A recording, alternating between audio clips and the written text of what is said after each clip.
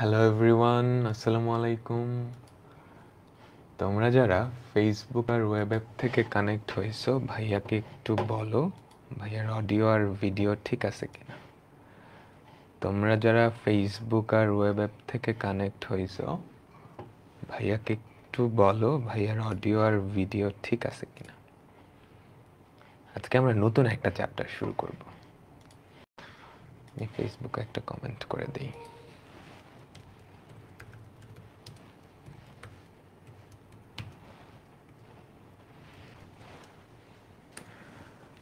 আমরা আজকে নতুন একটা চ্যাপ্টার শুরু করব, সেটা হচ্ছে বহুপদী আর বহুপদী সমীকরণ। হ্যালো এভরিওয়ান, কি অবস্থা? আমরা একটা চ্যাপ্টার কিন্তু শেষ করে ফেলছি, জটিল সংখ্যা। সবাইকে বলছিলাম বইয়ের প্রত্যেকটা অঙ্ক করতে, করছো? বলো তো। আমাদের জটিল সংখ্যা যে কোনো বইয়ের প্রত্যেকটা অঙ্ক আমি তোমাদের হোমওয়ার্ক দিয়েছিলাম এবং বলছিলাম প্রত্যেকটা অঙ্ক এখন নিজে নিজে পারবা। করছো তো? ম্যাক্সিমামেরই করার কথা না, টাইমটা কম ছিল, অসুবিধা নাই, বাট তোমরা করে ফেলবা জটিল সংখ্যা চ্যাপ্টারের প্রত্যেকটা অঙ্ক। তুমি যেই বই ফলো করো না কেন, ওই বই থেকে জটিল সংখ্যা চ্যাপ্টারের প্রত্যেকটা অঙ্ক করে ফেলবা। একবার হলেও এটা করা উচিত, তোমার পুরো ইন্টার লাইফে একবার হলেও এই জিনিসটা করা উচিত। তাইলে এটা ইন্টারেও অ্যাডমিশনেও দুই জায়গায় কাজে দিবে, দুই জায়গায় কাজে দিবে। ঠিক আছে? তো আজকে আমরা বহুপদী আর বহুপদী সমীকরণ এই চ্যাপ্টারটা শুরু করব। সেকেন্ড পেপারের সহজ এবং খুবই গুরুত্বপূর্ণ দুইটা চ্যাপ্টার, একটা হচ্ছে জটিল সংখ্যা আর একটা হচ্ছে বহুপদী। এই দুইটা চ্যাপ্টার সহজ কিন্তু খুবই গুরুত্বপূর্ণ। তুমি যেখানেই পরীক্ষা দাও না কেন, এখান থেকে প্রশ্ন থাকবেই।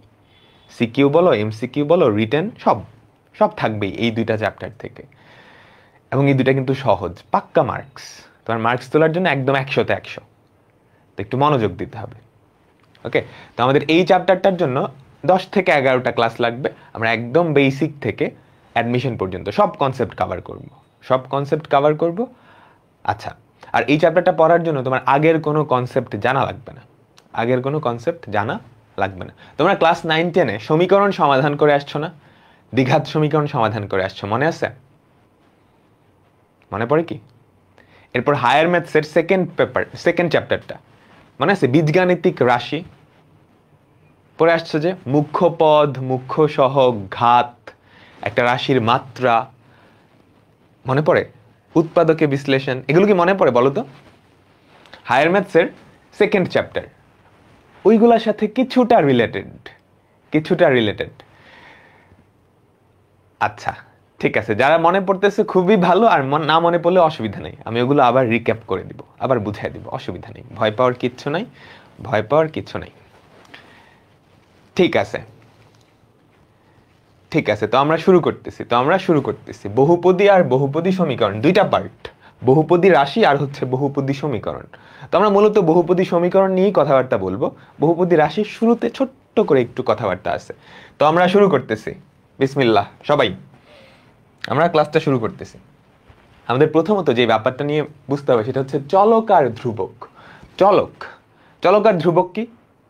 চলক হচ্ছে এমন একটা জিনিস যেটা পরিবর্তনশীল, যেটা পরিবর্তন হতে পারে, যার ভ্যালু চেঞ্জ হতে পারে। ফর এক্সাম্পল, আমি যদি বলি তোমার রুমের তাপমাত্রা, এটাকে আমি এক্স দিয়ে প্রকাশ করলাম। তোমার রুমের তাপমাত্রা, এটা কি পরিবর্তনশীল না? এখন যেরকম আছে, রাত্রে কি ওরকম থাকবে? চেঞ্জ হয়ে যাবে না? তাই তো। তো তোমার রুমের তাপমাত্রাকে আমি যদি এক্স দিয়ে প্রকাশ করি, এইটা একটা পরিবর্তনশীল রাশি, এর ভ্যালু চেঞ্জ হতে পারে। যার ভ্যালু চেঞ্জ হতে পারে তাকেই কি বলা হয়? চলক বা ভ্যারিয়েবল। তোমরা ছোট ক্লাসে যখন অঙ্ক করতা, ক্লাস 9-10-এ ধরতা না এরকম, ধরো ওই পিতা পুত্রের অঙ্ক বা মা মেয়ের অঙ্ক ছিল না, ধরি পিতার বয়স এক্স, ওই যে এক্সটা ধরে নিতা, ওইটার ভ্যালু কিন্তু তুমি জানতা না, তাই না? ওই যে এক্সটা ধরে নিতা, ওইটাই হচ্ছে চলক। বুঝতে পারলাম? আচ্ছা, তো ম্যাথমেটিক্সে চলককে নর্মালি ইংরেজি বর্ণমালার শেষের দিকের অক্ষরগুলোকে প্রকাশ করা হয়। ম্যাথমেটিক্সে চলককে সাধারণত ইংরেজি বর্ণমালার শেষের দিকের অক্ষরগুলা কারা কারা আছে? এক্স, ওয়াই, জেড, এগুলো দিয়ে চলককে প্রকাশ করা হয়। তো তোমাকে যদি কিচ্ছু না বলা থাকে কোয়েশ্চেনে, তুমি যদি সেখানে দেখো এক্স ওয়াই জেড এই সংক্রান্ত কিছু আছে, তার মানে ওখানে এক্স ওয়াই জেড এগুলা হচ্ছে চলক, এগুলা হচ্ছে চলক, ঠিক আছে। এরপর হচ্ছে ধ্রুবক বা কনস্ট্যান্ট। ধ্রুবক হচ্ছে এমন একটা জিনিস যার কোনো পরিবর্তন হয় না, যার কোনো পরিবর্তন হয় না। ফর এক্সাম্পল 5, এটা কিন্তু ধ্রুবক, 5-এর ভ্যালু তো 5ই থাকবে, এটা কি জীবনেও চেঞ্জ হবে না। 5 একটা কি ধ্রুবক। আর কি ধ্রুবক হতে পারে, ধরো পাই, পাই কিন্তু একটা ধ্রুবক, এর ভ্যালু কিন্তু চেঞ্জ হয় না, ঠিক আছে। পাই হচ্ছে ধ্রুবক। তো ধ্রুবক হচ্ছে এমন জিনিস যেটা চেঞ্জ হয় না, কনস্ট্যান্ট। তো ম্যাথমেটিক্সে ধ্রুবককে নর্মালি ইংরেজি বর্ণমালের শুরুর দিকে, ম্যাথমেটিক্সে ধ্রুবকগুলোকে সাধারণত ইংরেজি বর্ণমালার শুরুর দিকের যে অক্ষরগুলা এ বি সি এগুলো দিয়ে প্রকাশ করা হয়। ম্যাথমেটিক্সে ধ্রুবকগুলোকে সাধারণত ইংরেজি বর্ণমালার শুরুর দিকের অক্ষরগুলোকে প্রকাশ করা হয়। আচ্ছা, আর তোমরা ফাংশন দেখে আসছো না? ফাংশন কিভাবে প্রকাশ করা হয় বলো তো? আমাদের কাছে ধরো একটা ফাংশন এফ অফ এক্স আছে, এফ অফ এক্স, এই যে ভেতরে যেই জিনিসটা এটাই হচ্ছে চলক, আর বাদ বাকি সবকিছু ধ্রুবক। F of x equals two, ধরো আমি লিখলাম x square plus twice x plus 3। এখানে চলককে, এখানে চলক হচ্ছে এক্স, এই ব্র্যাকেটটার মধ্যে যেটা থাকবে সেটাই হচ্ছে চলক। বুঝাতে পারলাম? আচ্ছা, আমি আরেকটা লিখি, f of x equals to x square y plus twice x y plus y square, ধরো এরকম কিছু একটা লিখলাম। এই রাশিটায় চলককে বলো তো? এই রাশিটায় চলককে? এই রাশিটায় চলক কিন্তু এক্স, এক্স এর, বুঝছো তো? এই যে এফ এর মধ্যে যে জিনিসটা থাকবে এটাই হচ্ছে চলক। এখানে ওয়াই কিন্তু ধ্রুবক, যদিও আমরা বলছিলাম চলকগুলাকে সাধারণত ইংরেজি বর্ণমালার শেষের দিকের অক্ষরগুলা দিয়ে প্রকাশ করা হয়, বাট ফাংশনের মধ্যে এফ এর মধ্যে যেটা থাকবে সেটাই চলক, সেটা বাদে বাকি সবাই কি ধ্রুবক। এখন আমি যদি এটা লিখি f of x comma y equals to, same জিনিসটা লিখলাম x square y plus twice x y plus y square. এখানে কিন্তু এক্স ওয়াই দুজনেই চলক, কারণ আমাদের ফাংশনটার মধ্যে কি এক্স আর ওয়াই দুইটাই চলক, এভাবে দেখানো হয়েছে। এখানে যেই অক্ষরগুলা থাকবে, যেই প্রতীকগুলা থাকবে সেগুলো চলক, বাদ বাকি সবাই কি ধ্রুবক। বুঝতে পারলাম? বাদ বাকি সবাই হচ্ছে ধ্রুবক। এই জিনিসটা একটু খেয়াল রাখতে হবে, এই জিনিসটা একটু খেয়াল রাখতে হবে, ঠিক আছে? ঠিক আছে, আমরা এখন আজকের যেই টপিকটা বহুপদী এটাতে চলে যাচ্ছি। আমাদের এখনকার টপিক হচ্ছে বহুপদী রাশি। আমাদের এখনকার টপিক হচ্ছে বহুপদী রাশি। তো বহুপদী বা বহুপদী রাশি ব্যাপারটা মানে কি? এই আকৃতির যে কোনো রাশিকে বলা হয় বহুপদী রাশি। আকৃতিটা দেখতে অনেক ভয়ানক লাগতেছে, তাই না? তাই না? আচ্ছা, পুরাটার দিকে মনোযোগ দেওয়ার দরকার নেই, আমরা যে কোনো একটা পদের দিকে তাকাই, আমরা যে কোনো একটা পদের দিকে তাকাই। একটা পদ, এখানে অনেকগুলো পদ যোগ আকারে আছে, আমরা জাস্ট একটা পদের দিকে তাকাই। একটা পদ দেখতে কিরকম? একটা ধ্রুবক আছে এ এন, এটা হচ্ছে ধ্রুবক, এটা হচ্ছে ধ্রুবক। একটা চলক আছে এবং চলকের মাথায় একটা পাওয়ার আছে, তাই না? যে কোনো একটা পদের দিকে তাকাও তুমি, প্রত্যেকটা পদ কিন্তু এরকম, একটা ধ্রুবক, একটা চলক, চলকের মাথায় একটা পাওয়ার, ধ্রুবক, চলক, চলকের মাথায় একটা পাওয়ার, তাই না? তো এই পদগুলার বৈশিষ্ট্য হচ্ছে চলকের মাথায় যে পাওয়ারটা সেটা অঋণাত্মক পূর্ণ সংখ্যা, সেটা অঋণাত্মক পূর্ণ সংখ্যা। প্রত্যেকটা পদের এই কমন বৈশিষ্ট্যটা আছে যে চলকের মাথায় যে পাওয়ার বা এন সেটা অঋণাত্মক পূর্ণ সংখ্যা, তার মানে 0, 1, 2, 3 এরকম যে কোনো কিছু হইতে পারবে, অঋণাত্মক পূর্ণ সংখ্যা। এরকম এরকম অনেকগুলা পদ, কিন্তু সসীম সংখ্যক, সসীম, অসীম হওয়া যাবে না। এরকম অনেকগুলা পদ যোগ বা বিয়োগ আকারে যেই রাশিটা তৈরি করে সেটাকেই বলা হয় বহুপদী রাশি। বুঝতে পারলাম? এই যে এরকম পদ, একটা ধ্রুবক থাকবে, একটা চলক থাকবে, আর চলকের মাথায় কি অঋণাত্মক পূর্ণ সংখ্যা। এরকম অনেকগুলা পদ কিন্তু সসীম সংখ্যক পদ, এরকম সসীম সংখ্যক পদ যোগ বা বিয়োগ আকারে থেকে যেই রাশিটা তৈরি করে সেটাকেই বলা হয় বহুপদী রাশি। আমি যদি একটা উদাহরণ দিই, ধরো 2x স্কোয়ার, দেখো এটা কিন্তু ওই পদের মতো দেখতে, একটা ধ্রুবক, চলক, চলকের মাথায় পাওয়ারটা কি অঋণাত্মক পূর্ণ সংখ্যা। আরেকটা ধরো প্লাস 4x প্লাস 7, ধরো দেখো প্রত্যেকটা পদই কিন্তু এই স্ট্রাকচারের, ধ্রুবক, চলক, চলকের মাথায় কি অঋণাত্মক পূর্ণ সংখ্যা। 7 এর সাথে তুমি একটা x⁻0 চিন্তা করতে পারো, কারণ x⁻0 এর ভ্যালু কত, 1। এই যে যেটা লিখলাম সেটা একটা বহুপদী রাশি। সবাই কি বুঝতে পারলাম? বলো, সবাই কি বুঝতে পারলাম? আচ্ছা, তো এই জিনিসটাই আমি সুন্দর করে এখানে লিখে দিছি। কোনো একটা রাশি বহুপদী হওয়ার শর্ত হচ্ছে প্রতিটা পদে চলকের ঘাত অঋণাত্মক পূর্ণ সংখ্যা হওয়া লাগবে। অঋণাত্মক পূর্ণ সংখ্যা বলতে কারা কারা? 0 সহ সকল স্বাভাবিক সংখ্যা, 0 সহ সকল স্বাভাবিক সংখ্যা, 1 2 3 এভাবে করে অনেক যেতে পারবে। এবং পদ সংখ্যা সসীম হওয়া লাগবে, পদ সংখ্যা সসীম হওয়া লাগবে। অসীম কোনো ধারা, অসীম কোনো জিনিস জীবনেও বহুপদী হবে না। তোমরা ক্লাস 9-10-এ অসীম ধারা পড়ে আসছো না? পড়ে আসছো তো? ওই অসীম কোনো জিনিসই আসলে বহুপদী হবে না। একটু লিখে নাও, কোনো একটা রাশি বহুপদী হওয়ার শর্ত হচ্ছে প্রতিটা পদে চলকের ঘাত অঋণাত্মক পূর্ণ সংখ্যা হওয়া লাগবে, প্রত্যেকটা পদে। এখানে চলক কিন্তু একটা। আমরা যেটা নিয়ে আলোচনা করতেছি সেটা হচ্ছে এক চলক বিশিষ্ট বহুপদী। একাধিক চলক বিশিষ্ট বহুপদীও আছে, একটু পরে দেখব। সবার লেখা হয়েছে?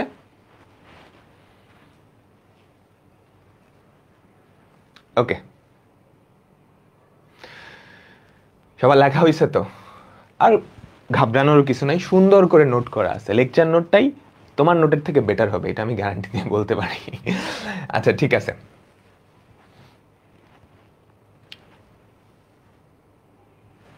ঠিক আছে, তো আমরা এখন দেখব, আমাকে অনেকগুলো রাশি দেওয়া থাকবে, কোনটা বহুপদী আর কোনটা বহুপদী না আমরা চেক করব। তুমি জাস্ট দুইটা জিনিস চেক করবা, পদ সংখ্যা সসীম কিনা, এক্স এর ঘাত বা চলকের ঘাত অঋণাত্মক পূর্ণ সংখ্যা কিনা, চলকের ঘাত অঋণাত্মক পূর্ণ সংখ্যা কিনা, এটা চেক করলেই হয়। নর্মালি পদ সংখ্যা সসীমই থাকে। আর বহুপদীর আকৃতি কিন্তু ফিক্সড, বুঝো, বহুপদীর আকৃতি কিন্তু ফিক্সড। এই যে ax⁻n এরকম অনেকগুলা পদ যোগ বা বিয়োগ আকারে থেকে বহুপদী তৈরি করতে পারবে। এর বাইরে অন্য কোনো পদ কিন্তু বহুপদীতে থাকবে না। ধরো তুমি, আচ্ছা পরে আসতেছে, ধরো sin x এর মধ্যে দিয়ে দাও, sin x, এটা কি বহুপদী? এটা কি দেখতে এই পদের মতো? আগে তো একটা সাইন আছে, অন্য কোনো ফাংশন থাকা যাবে না, সাইন কজ এগুলোর মধ্যে এক্স কে নেওয়া যাবে না। আমার কথা বুঝছো? আকৃতি কি ফিক্সড, এরকম অনেকগুলা পদ যোগ বা বিয়োগ আকারে থেকে যে রাশিটা তৈরি করবে সেটাই কি বহুপদী। ওকে, প্রথমটা কি বহুপদী বলো তো? প্রথমটা কি বহুপদী? x² - thrice x + 4, এটা কিন্তু বহুপদী, তাই না? এখানে x এর ঘাত কত? 2, এখানে x এর ঘাত কত? 1।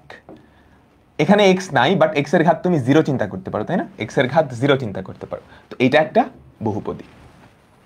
কোন চলকের ঘাতে কিন্তু আমাদের যেটা ছিল অঋণাত্মক পূর্ণ সংখ্যা সেটার বাইরে নাই। দেখো 0 1 2, তো এটা একটা বহুপদী। 2 নাম্বারটা কি বহুপদী? এখানে একটা মাত্র পদ আছে, x এর ঘাত কত? 1, তো এটা একটা বহুপদী। 3 নাম্বারটায় পরে আসতেছি, বলো তো 4 নাম্বারটা কি বহুপদী? 5, দুনিয়ার সকল ধ্রুবক বহুপদী, এটা মনে রাখবা, দুনিয়ার সকল ধ্রুবক বহুপদী। কারণ দুনিয়ার যে কোনো ধ্রুবককে তুমি সি দিয়ে প্রকাশ করতে পারো না?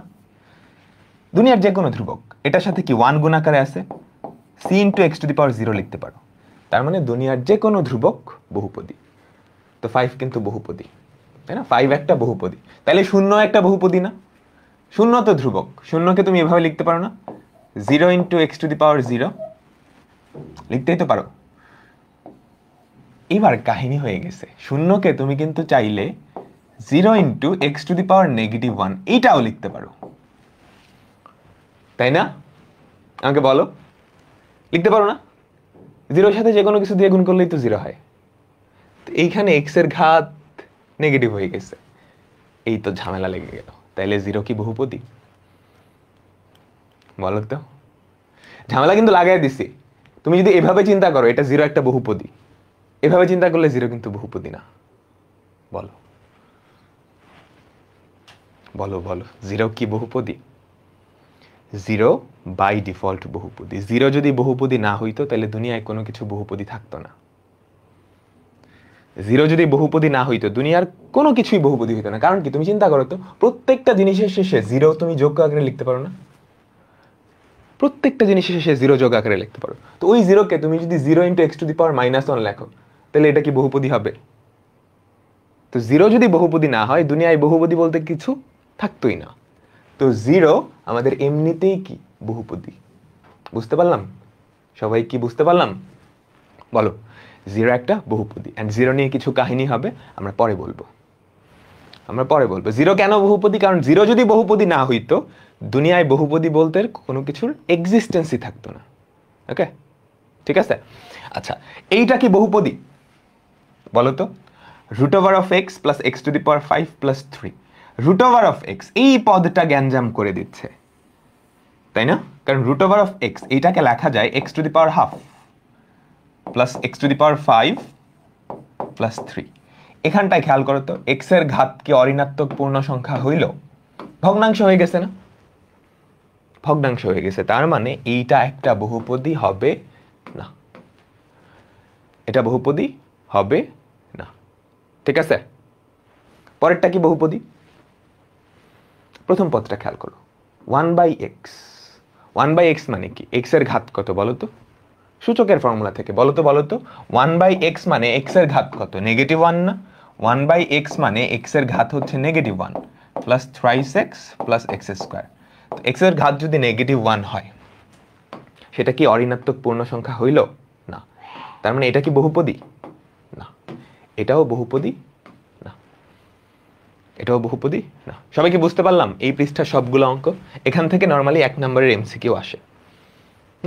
বোর্ড পরীক্ষাগুলো এখান থেকে নরমালি 1 নম্বরের এমসিকিউ আসে। সবার লেখা হয়েছে না বলো তো? সবার কি লেখা হয়েছে? আমরা পরের পেজে যাচ্ছি। ওকে,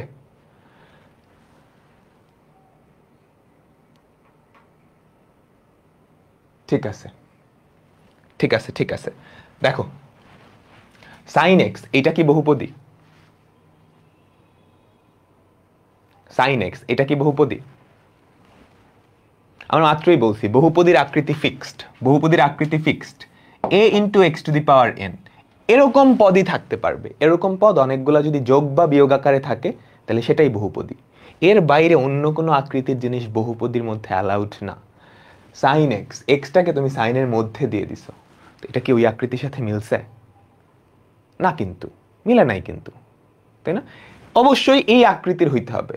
সরাসরি এই আকৃতির না হোক, তুমি যদি সিম্পলিফাই করে এই আকৃতি নিয়ে আসতে পারো, তাইলেও বহুপদী হবে। একটু পরে দেখবো এই ব্যাপারটা। তার মানে এটা কি বহুপদী হইলো? sin x একটা বহুপদী না। sin x বহুপদী না। cos x তাইলে বহুপদী হবে? cos x কি তাইলে বহুপদী হবে? না। ln x কি বহুপদী?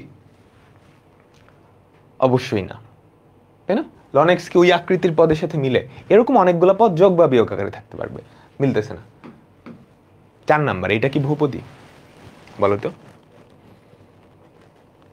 4 নাম্বারটা কি বহুপদী? এই আনসার পাচ্ছি না কেন? আমি তোমাকে বলছিলাম দুনিয়ার যে কোনো ধ্রুবক বহুপদী। sin 600, এখানে কিন্তু চলক বলতে কিচ্ছু নাই, পুরোটাই ধ্রুবক না? এটা কিন্তু পুরোটাই ধ্রুবক। তার মানে এইটা একটা বহুপদী। sin 600 ক্যালকুলেটরে বসায় দেখো, এটার একটা নির্দিষ্ট ভ্যালু আসবে। একটা ধ্রুবক। দুনিয়ার যে কোনো ধ্রুবক কি বহুপদী। ওকে, ইন্টারেস্টিং পার্ট হচ্ছে 5 নাম্বারটা। এটা দেখতে কিন্তু বহুপদীর মতো না, কিন্তু তুমি যদি এই জিনিসটাকে সিম্পলিফাই করো, কোনো জিনিস যদি এরকম হয় যে ওটাকে সিম্পলিফাই করে তুমি বহুপদীর আকৃতিতে নিয়ে আসতে পারো, তাহলে ওটা বহুপদী।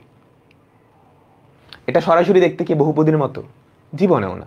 বাট এখানে দেখো তো, cos আর cos ইনভার্স x আছে, এটা কিন্তু একে অপরের বিপরীত ফাংশন। তোমরা পড়বা, তোমরা যারা এখনো ইনভার্সে, যে cos ইনভার্স এটার সাথে কি পরিচিত? cos ইনভার্স x এটা কি পড়ছো ক্লাস 9-10 এ? যারা পড়ো নাই, সেকেন্ড পেপারেই পড়াবো। দেখো, cos আর cos ইনভার্স x দুইজন মিলে ভ্যানিশ হয়ে যায়, একটা আরেকটার বিপরীত ফাংশন। তো এইটাকে সিম্পলিফাই করলে যেটা পড়ে থাকে সেটা হচ্ছে শুধু x। এটাকে সিম্পলিফাই করলে পড়ে থাকবে শুধু x। তো শুধু xটা কিন্তু বহুপদী। অর্থাৎ কোনো জিনিস যদি দেখতে বহুপদীর মতো নাও হয়, কিন্তু ওটাকে সিম্পলিফাই করে তুমি যদি বহুপদীর আকৃতিতে নিয়ে আসতে পারো তখন সেটা একটা বহুপদী। বুঝছো? এরকম সিম্পলিফিকেশন তখনই সম্ভব যখন একটা ফাংশন আর তার বিপরীত ফাংশন থাকবে। দেখো কজ আর কজ ইনভার্স এক্স, এরকম অনেক বিপরীত ফাংশন তোমরা পড়ে আসছো না? মনে করো তো ই এর বিপরীত ফাংশন কি? ই এর বিপরীত ফাংশন কি? লন না? E to the power ln X. তোমরা সূচকের ফর্মুলা থেকে বলো তো এই ভ্যালুটা শুধু এক্স না? সূচকের ফর্মুলা থেকে বলো, কিংবা একটু একটু মনে করে দেখো A to the power log A base X, এই ভ্যালুটা এক্স হয় না? সূচকের ফর্মুলা একটু মনে করে দেখো, ক্লাস 9-10 পড়ে আসছো, তাই তো? তো যখনই দেখবা একটা নর্মাল ফাংশন একটা বিপরীত ফাংশন আছে, ওখানে কিন্তু সিম্পলিফিকেশন সম্ভব। সিম্পলিফাই করে তুমি যদি দেখো বহুপদী চলে আসতেছে, তাইলে ওটা বহুপদী। এটা দেখে ডিরেক্ট কি মনে হচ্ছে এটা কি বহুপদী? না, বাট এটাকে সিম্পলিফাই করলে এটা আসতেছে, এটা কিন্তু বহুপদী। এটাও বহুপদী, এটাও বহুপদী। বুঝতে পারলাম? বলো, এতটুকু কি সবার ক্লিয়ার? এতটুকু কি সবার ক্লিয়ার? এই পেজে যেগুলা ছিল সবার লেখা হয়েছে না? আমাকে বলো তো, সবার কি লেখা হয়েছে? ঘাবড়ানোর কিছু নাই, বোর্ড পরীক্ষা এত কঠিন আসে না। বোর্ড পরীক্ষা আরো সহজ সহজ জিনিস আসে। বোর্ড পরীক্ষা আরো সহজ সহজ জিনিস আছে। লেখা হয়েছে তাই না? ওকে, এমসিকিউতে যাচ্ছি। দেখো এটা সকল বোর্ডে আসছে 2018 সালে। বলো কোন ফাংশনটা বহুপদী? বলো বলো বলো, কোন ফাংশনটা বহুপদী? এমসিকিউ গুলা তোলার দরকার নেই। কোন ফাংশনটা বহুপদী? দেখো তো, প্রথমটা কি বহুপদী? না, এই যে রুট আছে, রুট মানে x two the power half, এটা হচ্ছে না। দ্বিতীয়টা কি বহুপদী? x টু দি পাওয়ার -2 আসছে, এই যে x স্কয়ারকে তুমি যদি উপরে নিয়ে যাও তাহলে কি হবে? x টু দি পাওয়ার -2, বহুপদী না। এটা কি বহুপদী? না। তাহলে পরে থাকলো সবার লাস্টেরটা, তার মানে আমাদের অ্যান্সার কোনটা? ডি নাম্বারটা। আমাদের অ্যান্সার হচ্ছে ডি নাম্বারটা। সবাই কি বুঝছে? ওকে, পরেরটা যাচ্ছে। দেখো এটা বলো বলো বলো বলো বলো বলো বলো, কোনটা বহুপদী?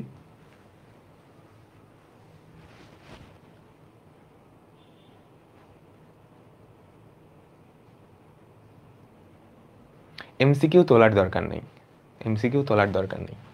কোনটা বহুপদী বলো তো? প্রথমটা বহুপদী, তাই না? খেয়াল করো, এখানে কোনো চলকের ঘাত কিন্তু অঋণাত্মক পূর্ণ সংখ্যা না। কোনো চলকের ঘাত কিন্তু অঋণাত্মক পূর্ণ সংখ্যা না। এই যে X square X to the power 0, ঠিক আছে? বুঝতে পারলাম তো? ওকে, আমরা এতক্ষণ পর্যন্ত যেটা দেখলাম সেটা হচ্ছে এক চলক বিশিষ্ট বহুপদী। এখন একাধিক চলকের বহুপদী হতে পারে, আমরা এখন যেটা দেখবো সেটা হচ্ছে একাধিক চলক বিশিষ্ট বহুপদী। দেখো একটু খেয়াল করো তো, f of x আমি লিখলাম f of x equals to x square y plus twice xy plus y cube। ধরো এটা লিখলাম, এটা কি একটা বহুপদী? এটা অবশ্যই বহুপদী। কয় চলকের বহুপদী? এক চলকের। এখানে চলক হচ্ছে আমাদের x, তাই না? বহুপদী হওয়ার জন্য জাস্ট দুইটা শর্ত, পদ সংখ্যা সসীম আর চলকের ঘাত অঋণাত্মক পূর্ণ সংখ্যা কিনা। চলকের ঘাত এখানে 2, এখানে 1, এখানে 0। y নিয়ে তোমার টেনশনই করার দরকার নেই, কারণ y তো এখানে চলক না। শুধু দেখবা চলকের ঘাত অঋণাত্মক পূর্ণ সংখ্যা কিনা। আচ্ছা, এইবার এখানে চলক কারা কারা হবে বলো তো? x আর y। এবার কিন্তু দুইজনই চলক। তো x y দুইজনের প্রতি এবার কি তোমার খেয়াল রাখতে হবে? তোমাকে যেটা চেক করতে হবে, প্রথমত পদ সংখ্যা সসীম, দ্বিতীয়ত প্রত্যেকটা চলকের ঘাত অঋণাত্মক পূর্ণ সংখ্যা হওয়া লাগবে। প্রত্যেকটা চলকের ঘাত, অর্থাৎ x এর ঘাতগুলোও অঋণাত্মক পূর্ণ সংখ্যা হওয়া লাগবে, y এর ঘাতগুলোও কি অঋণাত্মক পূর্ণ সংখ্যা হওয়া লাগবে। বুঝছো? যখন একাধিক চলক থাকবে, এই যে যেমন এখানে এক্স ওয়াই দুইটা চলক না, সেটা বহুপদী হওয়ার শর্ত হচ্ছে প্রত্যেকটা চলকের ঘাত অঋণাত্মক পূর্ণ সংখ্যা হওয়া লাগবে। তাহলে বলো তো এটা কি বহুপদী? এটা কি বহুপদী? হ্যাঁ, কিন্তু কারণ এক্স এর ঘাত কত? 2 1 0 অঋণাত্মক পূর্ণ সংখ্যা। ওয়াই এর ঘাত কত? এখানে 1, এখানেও 1, এখানেও 3। তাহলে এটা একটা বহুপদী হলো। এবার আমাকে বলো তো f of x, y x square y to the power half plus twice xy plus y to the power 4, এইটা কি বহুপদী? এটা কি বহুপদী? দেখো এখানে চলক কিন্তু xy, দুইটা চলকের ঘাতে কি অঋণাত্মক পূর্ণ সংখ্যা হওয়া লাগবে, কিন্তু কাহিনী কি হয়ে গেছে, এইখানে y এর ঘাত কি ভগ্নাংশ হয়ে গেছে না, তার মানে এইটা কিন্তু আর বহুপদী রইল না। আমাদের আগের দুইটা বহুপদী হলেও এটা কিন্তু আর বহুপদী রইল না। ঠিক আছে, এখন সেম জিনিসটা আমি কি করলাম, f of xy না দিয়ে শুধু x দিলাম, x square y to the power half plus twice xy plus y to the power 4, এইটা কি বহুপদী? সবার লাস্টে যেটা লিখলাম সেটা কি বহুপদী? বলো তো। এটা অবশ্যই বহুপদী, কারণ কি এখানে চলক কিন্তু x, আমাকে শুধু দেখতে হবে চলকের ঘাত অঋণাত্মক পূর্ণ সংখ্যা কিনা, কারণ পদ সংখ্যা তো সসীম। y এখানে ম্যাটারই করবে না, ইগনোর, y হচ্ছে ইগনোর হয়ে যাবে। ঠিক আছে, তার মানে এইটা কিন্তু আবার কি দাঁড়ালো, এটা হচ্ছে বহুপদী। ঠিক আছে, এখন বলো তো এইটা কি বহুপদী? এটা কি বহুপদী? এটা বহুপদী না, বুঝছো, এটাও বহুপদী না। যদি ওদের দুজনের যোগফল অঋণাত্মক পূর্ণ সংখ্যা আসে, বাট আলাদা আলাদা ভাবে প্রত্যেকটা চলকের ঘাত কি অঋণাত্মক পূর্ণ সংখ্যা হওয়া লাগবে, কেবলই তখন বহুপদী, নাইলে বহুপদী হবে না। তো আশা করি বহুপদীর কনসেপ্ট বোঝা গেছে। এক চলক বিশিষ্ট বহুপদী বা একাধিক চলক বিশিষ্ট বহুপদী, দুইটা কনসেপ্টই বোঝা গেছে। এরকম কেউ কি আসো যে বুঝো নাই? বলো তো।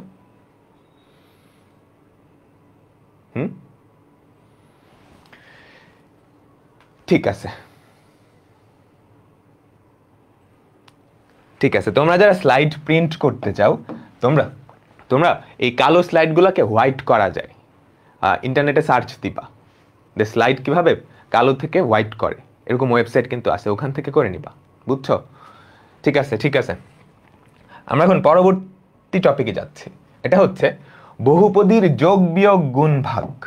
বহুপদীর যোগ বিয়োগ গুণ ভাগ। আমাদের কাছে ধরো দুইটা বহুপদী রাশি আছে, একটা বহুপদী রাশি হচ্ছে p of x, এটা বহুপদী রাশি কিন্তু, তার মানে এখানে প্রত্যেকটা চলকের ঘাত কি অঋণাত্মক পূর্ণ সংখ্যা। আরেকটা বহুপদী ধরো q of x। এখন এই দুইটা বহুপদী তুমি যদি যোগ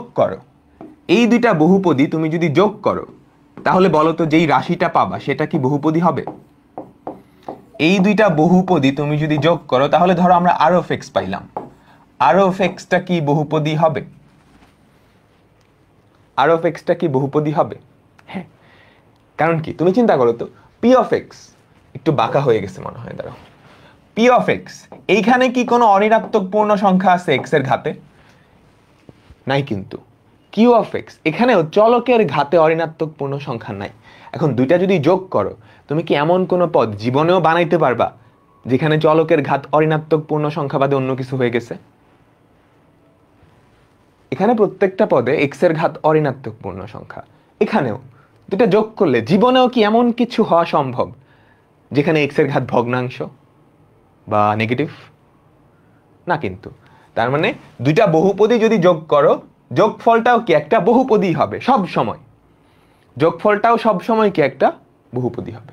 আচ্ছা, এবার একটা বহুপদী থেকে তুমি যদি আরেকটা বহুপদী বিয়োগ করো, একটা বহুপদী থেকে তুমি আরেকটা বহুপদী বিয়োগ করলা, ধরো আমাদের বিয়োগফলটা আমরা পাইলাম হচ্ছে r of x, বিয়োগফলটা কি বহুপদী হবে? আমাকে বলো তো, কমন সেন্স কি বলে? বিয়োগফলটা কি বহুপদী হবে? একটু চিন্তা করো, এখানে x এর ঘাত অঋণাত্মক পূর্ণ সংখ্যা নাই, এখানে সবগুলা কি বলতেছে, এখানে সবগুলা x এর ঘাত কি অঋণাত্মক পূর্ণ সংখ্যা, এখানেও সবগুলা অঋণাত্মক পূর্ণ সংখ্যা। দুইটা বিয়োগ করে তুমি কি অঋণাত্মক পূর্ণ সংখ্যা নয় এরকম ঘাতওয়ালা পদ পাবা জীবনেও? একদম কমন সেন্স, পাবা না কিন্তু, তাই না? তাই তো, তার মানে একটা বহুপদী থেকে আরেকটা বহুপদী তুমি যদি বাদ দাও তাইলেও কি বহুপদী পাবা, তাইলেও বহুপদী পাবা। এইবার দুইটা বহুপদী তুমি যদি গুণ করো, ধরো p of x into q of x, দুইটা গুণ করলা, তাইলে যেটা পাবা সেটা কি বহুপদী হবে? সেটাও বহুপদী হবে। তুমি চিন্তা করো তো, এখানে একটা পদের ঘাত ধরো এক্স স্কোয়ার আছে, এখানে একটা পদের ঘাত এক্স কিউব আছে, দুইটা যদি গুণ করো, গুণ ফলে এক্স এর ঘাত কি এক্স টু দি পাওয়ার 5 হয়ে যাবে না? তাই তো। তো গুণ করে তুমি জীবনেও এক্স এর ঘাত ভগ্নাংশ বা নেগেটিভ পাবা না, ঘাতগুলা বাড়বে, পূর্ণ সাংখ্যিকভাবে বাড়বে, তাই না? তার মানে দুইটা বহুপদীর গুণফলও কি সবসময় বহুপদী হয়। এইবার বলো তো, একটা বহুপদীকে তুমি যদি আরেকটা বহুপদী দিয়ে ভাগ করো, ভাগফলটা কি সব সময় বহুপদী হবে? ভাগফলটা কি সব সময় বহুপদী হবে? একটু চিন্তা করো। ভাগফলটা বহুপদী হতেও পারে, নাও পারে, হতেও পারে, নাও পারে। কিভাবে? তুমি একটু চিন্তা করো। একদম সহজ দুইটা এক্সাম্পল নেই। ধরো আমাদের কাছে পি অফ এক্স আছে শুধু এক্স, আর কিউ অফ এক্স আছে এক্স কিউব, দুইটাই কিন্তু বহুপদী। এখন কিউ অফ এক্স কে তুমি যদি পি অফ এক্স দিয়ে ভাগ করো, একটা বহুপদীকে আরেকটা বহুপদী দিয়ে ভাগ করছো, তাহলে কি থাকে বলো তো? এক্স কিউব বাই এক্স না, যার ভ্যালু হচ্ছে এক্স স্কোয়ার। এইটা কিন্তু বহুপদী। তো একটা বহুপদীকে আরেকটা বহুপদী দিয়ে ভাগ করলে ভাগফল বহুপদী থাকতেছে। এবার উল্টা কাজটা করো তো, পি অফ এক্স কে কিউ অফ এক্স দিয়ে ভাগ করো, পি অফ এক্স কে কিউ অফ এক্স দিয়ে ভাগ করো, তাহলে কি পড়ে থাকে? X by x cube. এটা কি আসলো? 1 বাই এক্স স্কোয়ার। এক্স এর ঘাত কি নেগেটিভ হয়ে গেছে না? এইটা কিন্তু আবার বহুপদী না। তার মানে একটা বহুপদীকে তুমি যদি আরেকটা বহুপদী দিয়ে ভাগ করো, ভাগফলটা বহুপদী হতেও পারে, নাও পারে, হতেও পারে, নাও পারে। বুঝছো? হতেও পারে, নাও পারে। এতটুকু সবাই বুঝলাম তো? আমাকে বলো তো, এতটুকু কি সবাই বুঝছি? তাহলে আমরা পরের কনসেপ্টে যাব। পরের কনসেপ্টটা তোমার ক্লাস 9-10-এর। পরের কনসেপ্টটা তোমাদের ক্লাস 9-10-এর। তোমরা মুখ্য পদ, ঘাত, মুখ্য সহগ এগুলো পড়ে আসছো। ওই টপিকটা এখানে আবার রিপিট হবে, ওই টপিকটা এখানে আবার রিপিট হবে। তো আমি পরের পেজে যাচ্ছি, সবাই একটু লিখে নেও, একটু ফাস্ট লিখবা, একটু ফাস্ট লিখবা। আমাদের এখনকার টপিক হচ্ছে বহুপদী রাশির কি? মাত্রা, মুখ্যপদ, ধ্রুবপদ। মাত্রা, মুখ্যপদ, ধ্রুবপদ, মুখ্য সহগ, হাবিজাবি অনেকগুলা টার্ম আছে, আমরা ওই কয়টা জিনিস দেখব। এগুলো কিন্তু বহুপদী রাশির, বুঝছো? এগুলা বহুপদী রাশির। আগে তো রাশিটাকে বহুপদী হওয়া লাগবে। ধরো আমি একটা ফাংশন দিলাম এফ অফ এক্স, একটা বহুপদী রাশি দিলাম, x to the power 6 plus 3x two the power 4 plus 7x square minus 9। এটা একটা বহুপদী রাশি, তাই না? একটা বহুপদী রাশিতে যতগুলা পদ আছে প্রত্যেকটা পদের একটা ঘাত আছে না? প্রথম পদের ঘাত কত? 6, পরের পদের ঘাত কত? 4, পরের পদের ঘাত হচ্ছে 2, পরের পদের ঘাত হচ্ছে 0, তাই না? তো সর্বোচ্চ ঘাত যেটা, প্রত্যেকটা পদের মধ্যে সর্বোচ্চ ঘাত যেটা, সেই ঘাতটাকে বলা হয় বহুপদীর ঘাত। মানে এই বহুপদীটার ঘাত বা বহুপদীটার মাত্রা। বুঝতে পারলাম? প্রত্যেকটা পদের মধ্যে সর্বোচ্চ যে ঘাতটা, সেটাকে বলা হয় বহুপদীটার ঘাত বা বহুপদীটার মাত্রা। তাহলে এই বহুপদীটার মাত্রা বা ঘাত কত বলো তো? এই বহুপদীটার মাত্রা বা ঘাত হচ্ছে 6। এরপর সর্বোচ্চ ঘাতওয়ালা পদটাকে বলা হয় মুখ্য পদ। সর্বোচ্চ ঘাতওয়ালা যেই পদটা, সেই পদটাকে বলা হয় মুখ্য পদ। তো সর্বোচ্চ ঘাতওয়ালা পদ কত এখানে? x টু দি পাওয়ার 6, তাই না? x টু দি পাওয়ার 6। তো মুখ্য পদ কত হবে? x টু দি পাওয়ার 6। মুখ্য পদে x এর যেই সহগ, মুখ্য পদে x এর যেই সহগ, সেটাকে বলা হয় মুখ্য সহগ। সহগ মানে হচ্ছে কোএফিসিয়েন্ট। মুখ্য পদে যেই সহগটা, মুখ্য পদে x এর যেই সহগ, মুখ্য পদে চলকের যেই সহগ, সেটাকে বলা হয় মুখ্য পদ, মুখ্য সহগ। তো এখানে মুখ্য সহগ কত বলো তো? 1। ধ্রুবপদ হচ্ছে এমন একটা পদ যেখানে কোনো চলক নাই, যেখানে কোনো চলক নাই। এখানে বলো তো কোন পদে কোনো চলক নাই? -9। চিহ্ন সহ নিতে হবে, কিন্তু চিহ্ন সহ নিতে হবে, অনেকে চিহ্নটা ভুলে যায়, অনেকে চিহ্নটা ভুলে যায়। তো ধ্রুবপদ কত? এমন পদ যেখানে কোনো চলক নাই। এখানে ধ্রুবক পদ কত? -9। সবাই কি বুঝতে পারলাম? এখন আমরা আরো কিছু এক্সাম্পল দেখব এই রিলেটেড ছোট্ট আরো কয়েকটা এক্সাম্পল দেখব। ওকে, সবাই আশা করি বুঝতে পারছো, একদমই সহজ কনসেপ্ট, ইজি পিজি, তাই না? আচ্ছা, এখন আরেকটা দিলাম, f of x equals two ধরো x two the power x square y to the power 7 plus x two the power 4 y square plus x two the power 7 x two the power 5 y plus 6 y square. এটা একটা বহুপদী। কোন চলকের বহুপদী বলো তো? x চলকের বহুপদী, তাই না? x চলকের বহুপদী। এবার বলো এই বহুপদীটার মাত্রা কত? এই বহুপদীটার মাত্রা কত? চলকের সর্বোচ্চ ঘাত দেখতে হবে। এখানে চলক কিন্তু x, x এর সর্বোচ্চ ঘাত কোথায়? 2 4, x এর সর্বোচ্চ ঘাত হচ্ছে 5। তার মানে এই বহুপদীটার মাত্রা বা ঘাত হচ্ছে 5। মুখ্য পদ কোনটা? সর্বোচ্চ ঘাতওয়ালা যেই পদটা, সর্বোচ্চ ঘাতওয়ালা যেই পদটা, সেটা হচ্ছে মুখ্য পদ, তাই না? তো সর্বোচ্চ ঘাতওয়ালা পদ কত? 7 x two the power 5 y। মুখ্য সহগ, মুখ্য পদের সহগ। সহগ বলতে চলক বাদ দিয়ে দিবা, চলক বাদে যেটা থাকবে সেটাই সহগ। তো মুখ্য পদে তুমি যদি চলক বাদ দাও, এই যে x টু দি পাওয়ার 5টাকে উঠে দাও, 7y থাকে না? 7y থাকে তো, তাই না? তো আমাদের মুখ্য সহগ কত? 7y। ধ্রুবপদ কত? যেখানে কোনো চলক নাই, যেখানে কোনো চলক নাই। দাঁড়াও আমি আরেকটা জিনিস অ্যাড করে দিই, ধরো এখানে একটা +2 অ্যাড করে দিলাম। বলো এখানে ধ্রুবক পদকে, বলো এখানে ধ্রুবক পদকে। এই যে ভুল করা শুরু করতেছে, +2 কেন? এমন পদ যেখানে কোনো চলক নাই। এখানে চলক আছে না, এখানেও চলক নাই, তো দুইটাই কি আমাদের ধ্রুবক পদ না? এই দুইটার যোগফল, এটাই ধ্রুবক পদ হবে। এই যে অনেকেই ভুল করছে, দেখছো? এমন পদ যেখানে কোনো চলক নাই, এমন সব পদ যেখানে কোনো চলক নাই, এখানেও নাই, এখানেও নাই।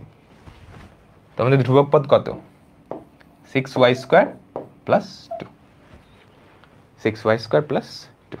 বুঝতে পারলাম? এই বুঝতে পারলাম তো? ধ্রুবক পদ হচ্ছে এমন সব পদ যেখানে কোনো চলক নাই। ওই দুইটা পদেই কিন্তু কোনো চলক নাই। এবার সেম কোয়েশ্চেনটা আমি জাস্ট একটু মডিফাই করে দিব, জাস্ট একটু মডিফাই করে দিব। যে মডিফিকেশনটা করব, লেফটে f অফ x না দিয়ে f অফ x, y দিয়ে দিব। এবার দুইটাকেই চলক বানিয়ে দিলাম। তাহলে বলো তো সর্বোচ্চ ঘাত কত? এবার তোমাকে যখন ঘাত হিসাব করবা, যখন একাধিক চলক থাকবে, প্রত্যেকটা চলকের ঘাত কিন্তু হিসাব করতে হবে। এই পদের ঘাত কত বলো তো? এটার ঘাত 2, ওইটার ঘাত 7, যোগফলটা নিতে হবে। বুঝছো? ধরো x আর y যদি চলক হয়, x two the power a into y to the power b, এই পদের ঘাত কত হবে? ঘাতগুলার যোগফল। বুঝছো? ঘাতগুলার যোগফল। এই পদের ঘাত কত হবে? a plus b। তাহলে বলো তো এই পদের ঘাত কত? 9। 7 আর 2 9। এই পদের ঘাত কত? 4 আর 2 6। এই পদের ঘাতও 6। এই পদের ঘাত হচ্ছে 2। এই পদের ঘাত হচ্ছে 0, তাই না? বুঝছো তো? সবাই কি বুঝতে পারলাম? প্রথম পদের ঘাত হচ্ছে 9, 6, 6, 2, 0। তাহলে সর্বোচ্চ ঘাতওয়ালা পদ কোনটা? এটা না? তো বহুপদীটার মাত্রা বা ঘাত কত? 9। মুখ্য পদ কোনটা? সর্বোচ্চ ঘাতওয়ালা পদটা, x square y to the power 7। এটাই কি মুখ্য পদ, এটাই কি মুখ্য পদ। ঠিক আছে? মুখ্য সহগ কত? মুখ্য পদে চলকের যেই সহগ, দুইটাই চলক কিন্তু, তো এখানে চলকের সহগ কত? 1, তাই না? চলকের সহগ 1, তো মুখ্য সহগ হচ্ছে 1। ধ্রুবক পদ কত? যেই পদে কোনো চলক নাই, তো এখানে ধ্রুবক পদ কত? 2। এখন আমি যদি এই দুইটা না দিতাম, তাহলে ধ্রুবক পদ কি হইতো বলো তো? 0, তাই না? সাথে একটা শূন্য যোগ আকারে আছে, প্রত্যেকটা জিনিসের শেষেই শূন্য যোগ আকারে আছে, তাই তো? তাই না? তো দুইটা না থাকলে শূন্য হইতো, বাট আপাতত 2 দিয়ে রাখি, অসুবিধা নেই, 2 দিয়ে রাখি। সবাই কি এতটুকু বুঝতে পারলাম বলো তো? সবাই কি এতটুকু বুঝতে পারলাম? এখন তোমাকে যে কোনো বহুপদীর এই পদগুলা বের করতে দিলে পারবা না? পারবা না? পারবা না? আমাকে বলো তো। আচ্ছা, last f of x, y equals to x to the power 7y square plus xy cube plus 7x square plus 2x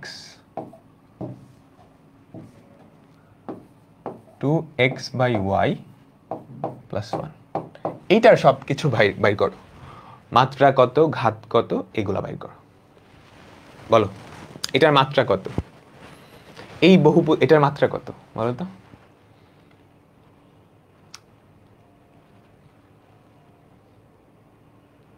বলো বলো বলো। আমি বলছিলাম এগুলো কি শুধু বহুপদী হয়, তাই না? শুধু বহুপদীর হয়। এখানে যেটা আছে এটা কি বহুপদী বলো তো? এটা কিন্তু বহুপদীই না, তার মানে এগুলো বের করাই যাবে না। যারা অ্যান্সার দিছ 9, বুঝতে পারছ?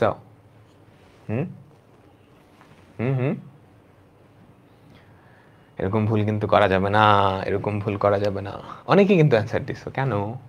আমি তো শুরুতেই বলছি এই জিনিসগুলা বহুপদীর হয়, এই জিনিসগুলা বহুপদীর হয়। ঠিক আছে,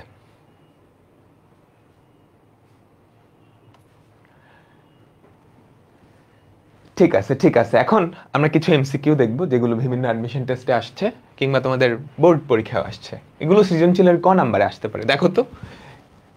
এইটার মাত্রা বের করতে বলছে, এইটা কি বহুপদী? এইটা কি বহুপদী বলো তো? এটা দেখতে কিন্তু বহুপদীর মতো না, বাট এইটাকে তুমি সিম্পলিফাই করে বহুপদীর আকৃতিতে নিয়ে আসতে পারবে। X cube minus 8 x cube minus 2 cube লিখতে পারো, তাই না? X cube minus 2 cube by x minus 2।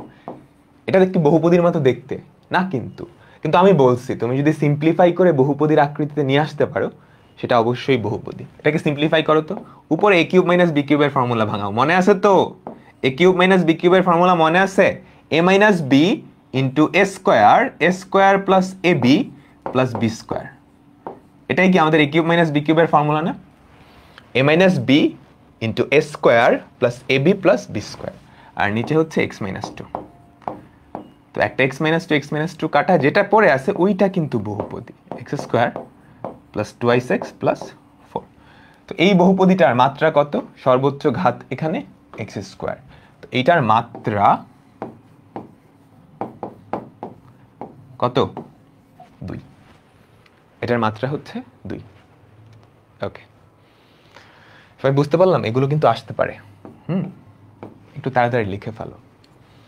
তুমি যদি দেখো কোনো কিছুর মাত্রা বের করতে বলছো, এটাকে অবশ্যই বহুপদী হওয়া লাগবে। এখানে বলেই দিছে এটা বহুপদীর, এই বহুপদীর, তাহলে তুমি বুঝতেছো এটা বহুপদী হবেই। যদি তুমি না বুঝতে পারো, যদি কোশ্চেনে ডিরেক্টলি এভাবে না বলে এটা বহুপদী, তখন তোমাকে ফার্স্টে সিম্পলিফাই করে দেখতে হবে এটা বহুপদী হয় কিনা, তখন তুমি মাত্রা বের করবা, তখন তুমি মাত্রা বের করবা। সবার লেখা হইছে? সবার লেখা কি হইছে? বলো বলো বলো। আজকে আমরা একদমই বেসিক জিনিসপত্র দেখব। আজকে কালকে প্রথম 2টা ক্লাস একদম বেসিক জিনিসপত্র, আস্তে আস্তে একটু কঠিনের দিকে যাবে এবং সবার লাস্টের দিকে অনেক কঠিন জিনিসপত্র দেখব, অনেক কঠিন জিনিসপত্র দেখব। ঠিক আছে, কোন ক্যালকুলেটরটা কিনবা? আচ্ছা, এটা নিয়ে একটু বলে দিই। তোমরা FX991EX, এই ক্যালকুলেটরটা হচ্ছে সবচেয়ে বেস্ট, কিন্তু এইটা আসলে মার্কেটে পাওয়া যায় না, পাওয়া গেলেও একটু দাম বেশি, 4000 3.5 এরকম। তো যাদের টাকা পয়সা নিয়ে ঝামেলা নাই, ফিনান্সিয়াল অবস্থা ভালো, ওরা এটা কিনিও, কাজে দিবে। ঠিক আছে, আর এটা যদি একদমই না পাওয়া যায়, আরেকটা কাজ করতে পারো, সিনিয়রদের কাছে এটা পাওয়া যাবে। ধরো যদি কোনো সিনিয়র থাকে ওদের কাছ থেকে জোগাড় করতে পারলে better.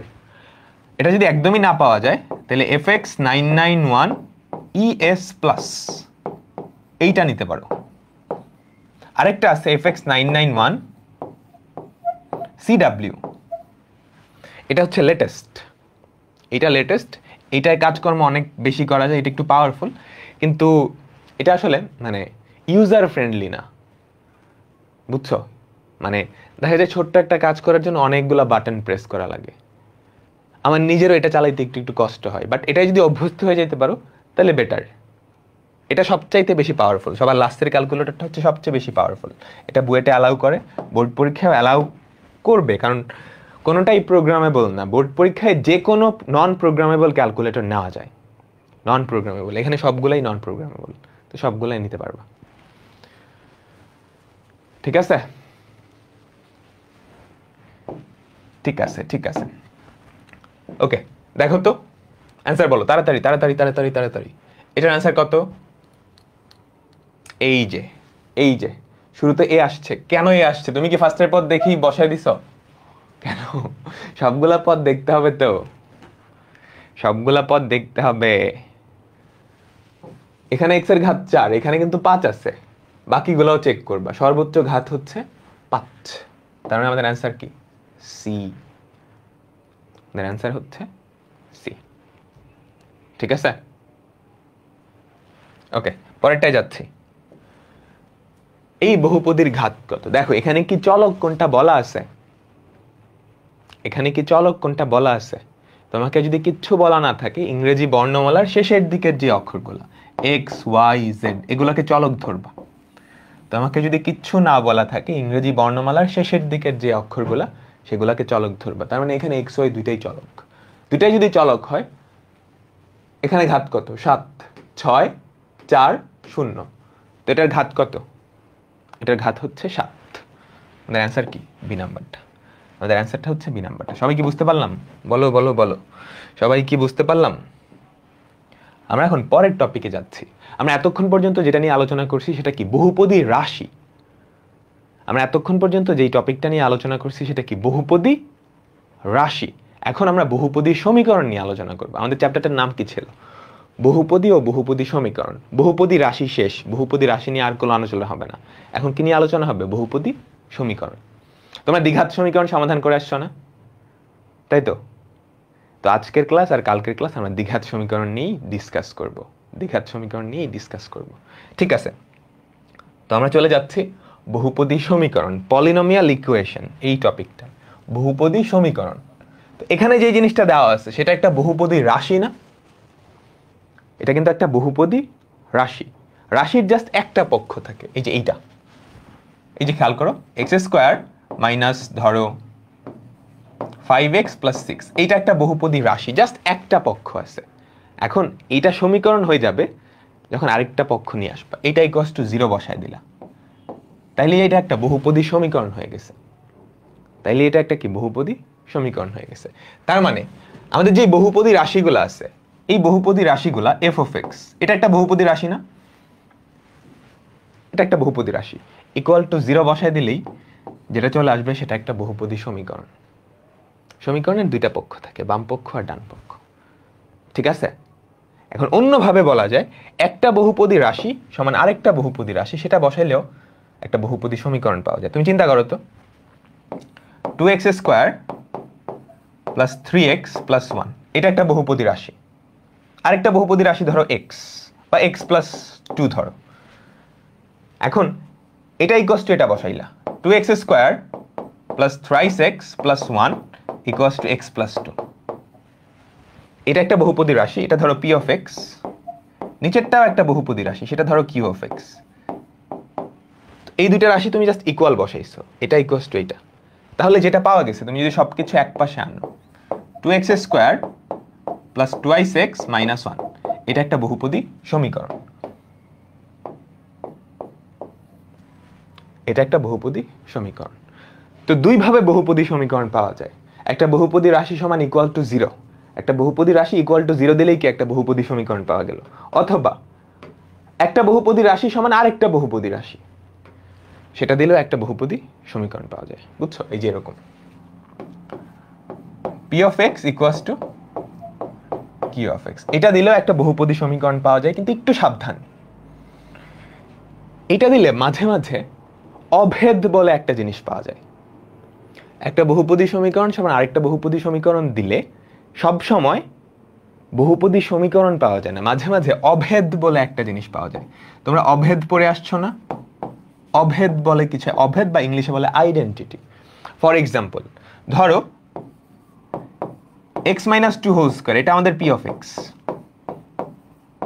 R q of x ধরে এরকম x square minus four x plus four, এটা হচ্ছে কিউ অফ এক্স।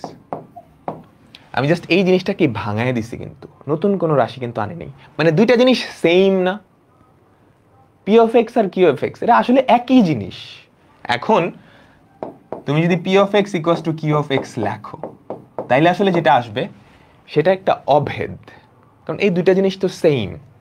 এক্স এর যে কোনো মানের জন্য পি অফ এক্স আর কিউ অফ এক্স সমান হবে না, তাই তো? তো একটা বহুপদী সমান আরেকটা বহুপদী, এটা যদি এরকম হয় এক্স এর যে কোনো মানের জন্য এই দুইটা বহুপদী সমান, এই দুইটা বহুপদী সমান, তাইলে যে জিনিসটা পাওয়া যায় সেটাকে বলা হয় অভেদ। এই যে এখানে আমরা কি অভেদ পাইছি। আর যদি এরকম হয় কিছু মানের জন্য, খেয়াল করো এখানে এক্স এর যে কোনো মানের জন্য পি আর কিউ কিন্তু সমান হবে না, তাই না? একদম কমন সেন্স। এক্স এর মান 0 বসায় দেখো, এখানে কি থাকে? 1 থাকে, এখানে 2 থাকে। তখন এই দুইটা সমান লিখলে যেটা পাওয়া যাবে সেটাকে বলা হয় একটা বহুপদী সমীকরণ। একটা বহুপদী সমীকরণ, বুঝতে পারলাম? বলো বলো বলো, বুঝতে পারলাম? একটা বহুপদী রাশির শুধু একটা জিনিস থাকে, একটা পক্ষ থাকে। বহুপদী সমীকরণের দুইটা পক্ষ থাকে, বাম পক্ষ আর ডান পক্ষ। আমরা বহুপদী রাশি থেকে বহুপদী সমীকরণ কেমনে পাবো? তুমি একটা বহুপদী রাশি ইকুয়ালস টু 0 দিলে একটা বহুপদী সমীকরণ হয়ে গেছে। এইটা একভাবে। অন্যভাবে কিভাবে পাইতে পারো? একটা বহুপদী রাশি সমান আরেকটা বহুপদী রাশি, এই যে একটা বহুপদী রাশি সমান আরেকটা বহুপদী রাশি ধরলেও কি একটা বহুপদী সমীকরণ পাওয়া যাবে, কিন্তু মাঝে মাঝে সেটা অভেদে কনভার্ট হয়। কখন অভেদে কনভার্ট হবে? যখন পি অফ এক্স আর কিউ অফ এক্স একই জিনিস। একই জিনিস, দেখো পি অফ এক্স সমান কিউ অফ এক্স ধরে তুমি যদি দুইটাকে এক পাশে নিয়ে আসো, দেখবা 0 ইকুয়ালস টু 0 আসে। অন্যভাবে বলতে গেলে এক্স এর যে কোনো মানের জন্য যদি পি অফ এক্স আর কিউ অফ এক্স সমান হয়ে যায়, তখন সেটা একটা অভেদ। অভেদ সূত্রর মতো, তোমরা বীজগাণিতিক যত সূত্র পড়ছো সবগুলাই কিন্তু অভেদ। ফর এক্সাম্পল, এই যে আমি যদি একটু দেখাই, ধরো x minus three whole cube বা x minus two whole cube, এটার ফর্মুলা যদি ভাঙাও তাহলে কি আসে বলো তো? X cube minus three x square into two plus three x into two square minus two cube. দেখছো, এটা কিন্তু একটা অভেদ। এক পাশে নিয়ে আসো, দেখবা 0 ইকুয়ালস টু 0 আসে। অন্য কথায় বলতে গেলে এক্স এর সকল মানের জন্য এই দুইটা রাশি সমান, তখন ওই জিনিসটাকে বলা হয় অভেদ। আর না হলে সেটাকে বলা হবে সমীকরণ। এই যে এক্ষেত্রে এটা একটা সমীকরণ। এই দুইটা রাশি কিন্তু সব সময় এক্স এর যে কোনো মানের জন্য সমান হয় না। বুঝতে পারলাম? বলো বলো বলো বলো, সবাই কি বুঝতে পারলাম? ঠিক আছে, আশা করি সবাই বুঝতে পারছো। এক্স ইকুয়ালস টু 1/x লিখলে কি বহুপদী হবে? এটা কি? এক্স ইকুয়ালস টু 1/x লিখলে তুমি চাইলে ওটাকে বহুপদী সমীকরণে নিয়ে আসতে পারবা। আচ্ছা, এখন আমরা একটা উপপাদ্যে যাব, এটাকে বলা হয় গাউসের উপপাদ্য।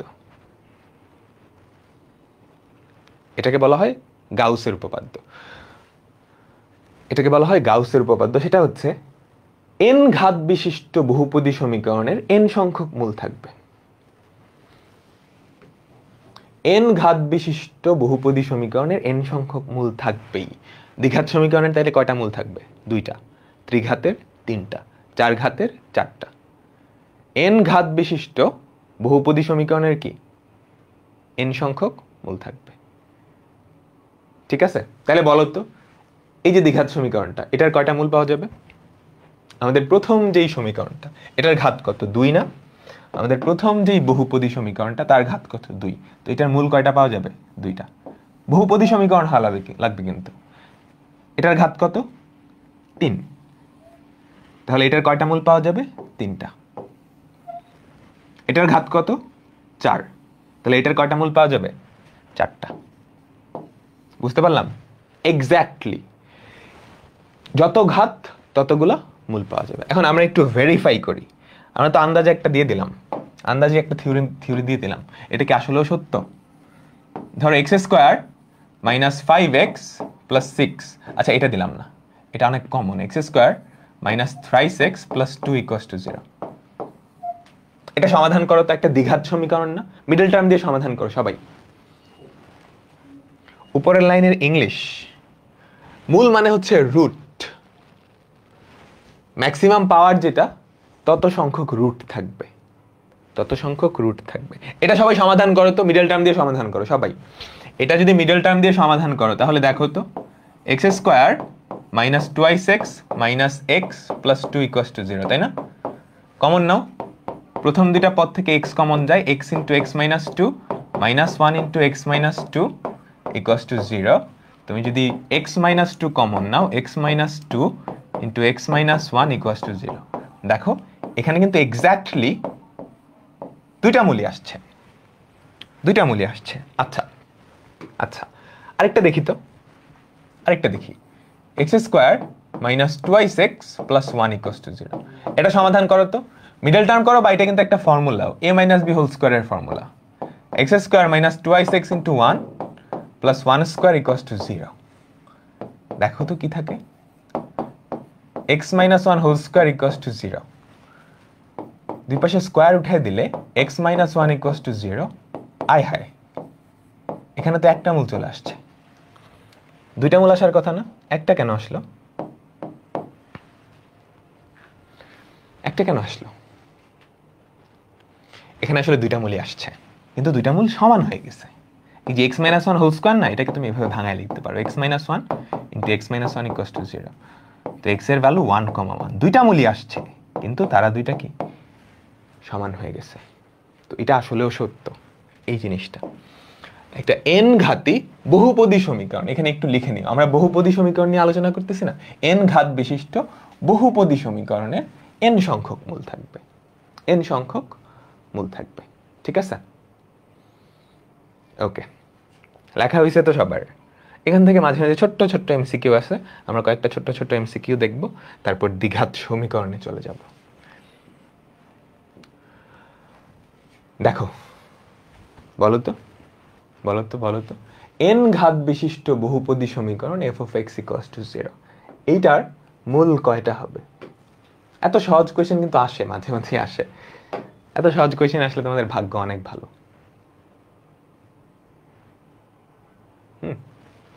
বলো তো, ঘাত কত? এন না? তার মানে কয়টা মূল পাওয়া যাবে?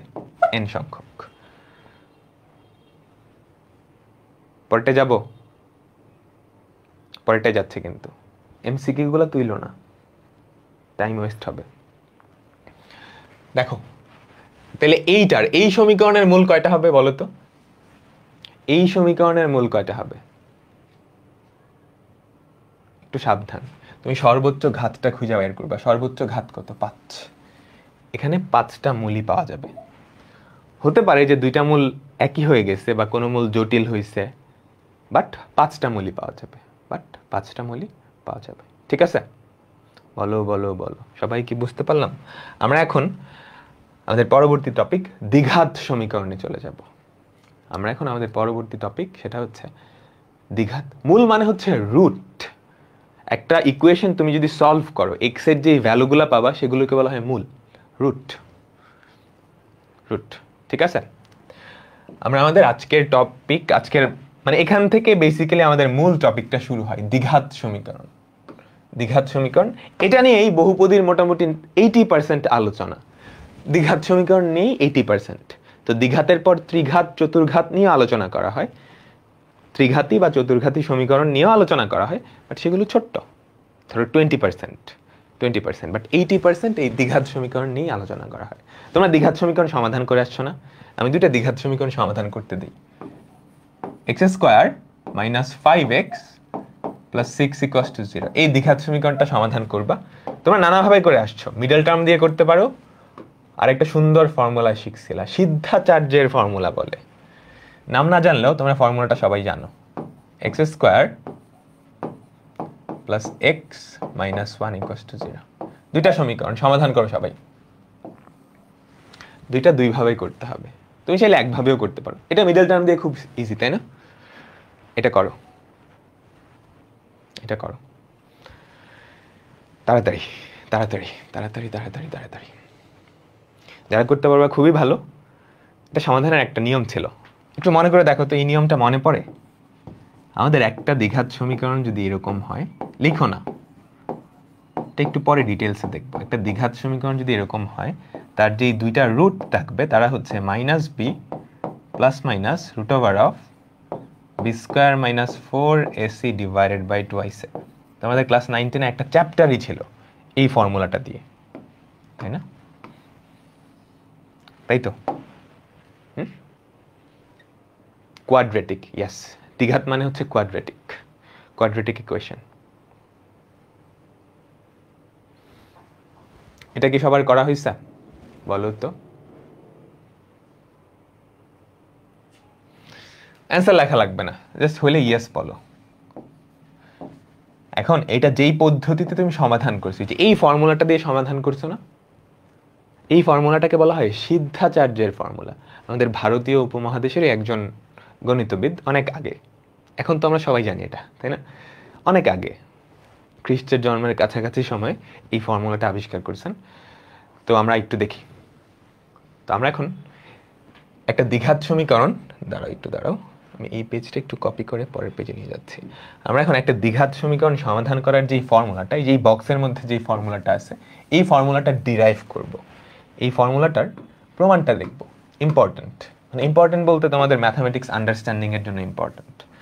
দেখো, আমাদের একটা সাধারণ দ্বিঘাত সমীকরণ দেখতে এরকম হয়, ax square plus bx, ax square plus bx। দাঁড়াও। আচ্ছা, সমাধানটাই পরে যাচ্ছি,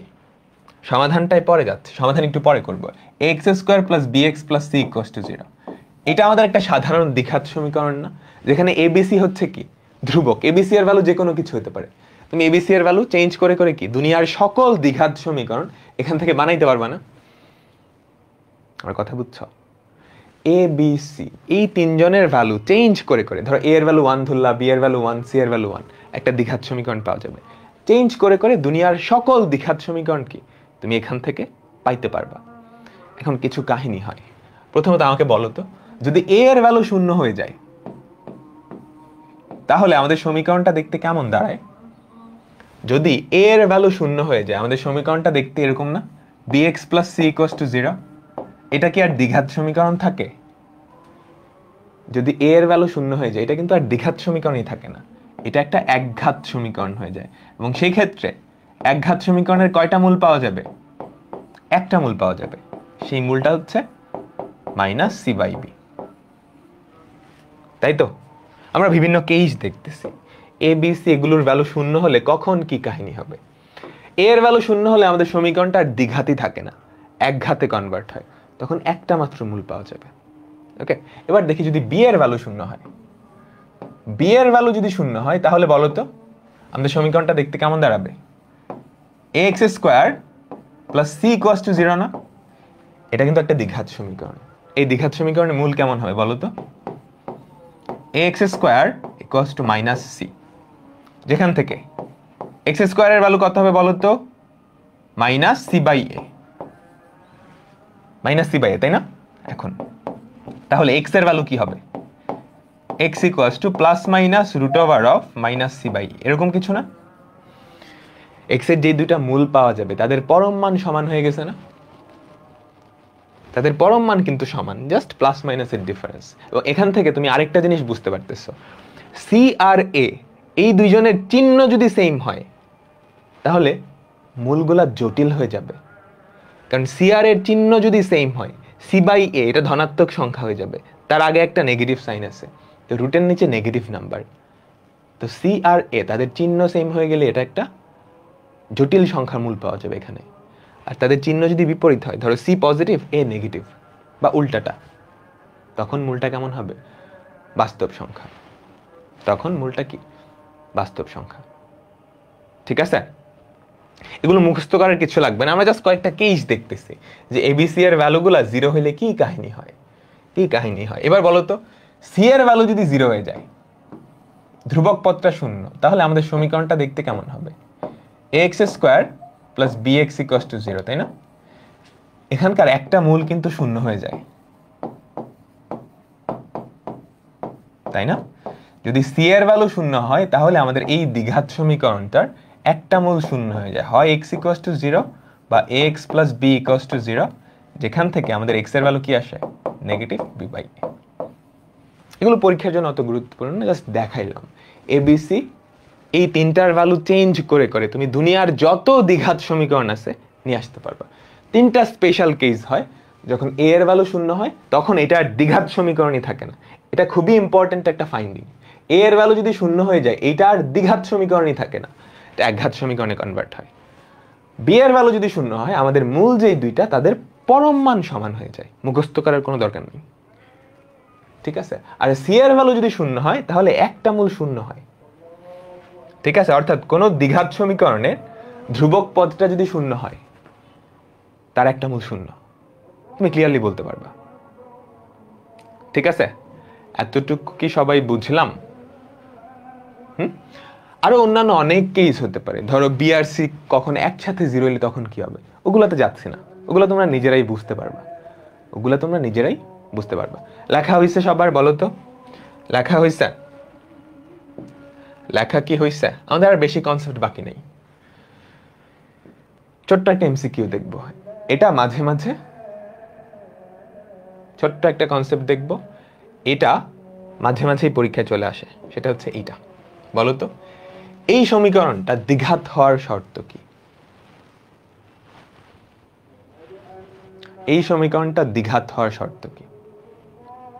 এর ভ্যালু শূন্য হওয়া যাবে না, কারণ এর ভ্যালু শূন্য হলে এটা কিন্তু এক ঘাতে কনভার্ট হয়। এর ভ্যালু যদি শূন্য হয়ে যায় এটা কিন্তু আর দ্বিঘাত থাকবে না, সাবধান, এটা এক ঘাতে কনভার্ট হয়। তার মানে a not equals to 0, a not equals to 0।